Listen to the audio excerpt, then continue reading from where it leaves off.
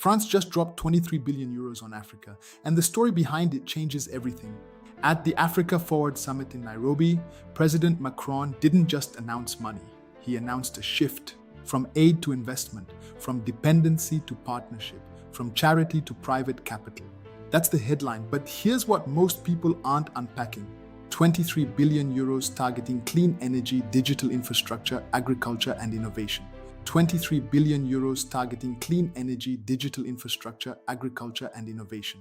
23 billion euros targeting clean energy, digital infrastructure, agriculture, and innovation. A first loss guarantee mechanism being pushed to the G7, designed to de-risk private sector investment so more capital flows into Africa. A call for Africa to have a stronger voice in global economic governance, climate decisions, and technology development. And crucially, the private sector is being positioned as the engine of this new partnership.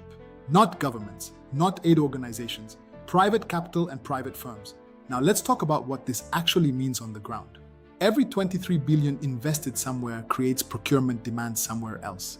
Clean energy investment equals demand for equipment suppliers, EPC contractors, O&M firms, and grid tech companies. Digital infrastructure equals demand for cloud providers, telecoms equipment, cybersecurity, and enterprise software. Agriculture equals demand for agritech, cold chain logistics, input supply chains, and trade finance. Innovation equals demand for professional services, talent accelerators, and B2B platforms. The capital is moving. The question is, who is positioned to capture the B2B revenue that flows from it?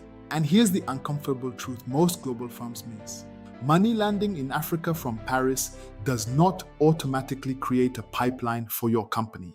You still need the right local relationships, the right channel partners, the right sales architecture built for African buyer psychology, the right market entry timing, the right sales architecture built for African buyer psychology, the right market entry timing. 23 billion means nothing to your revenue if your GTM strategy is built on Western assumptions applied to African realities. The window is open, but open windows don't close themselves. So here's my question for you. Which sector within France's 23 billion euro commitment do you think will create the biggest B2B opportunity? And which African markets will benefit most? Drop your answer below. Real talk only. Let's build this conversation together. Drop your thoughts below. Real talk only. Let's build this conversation.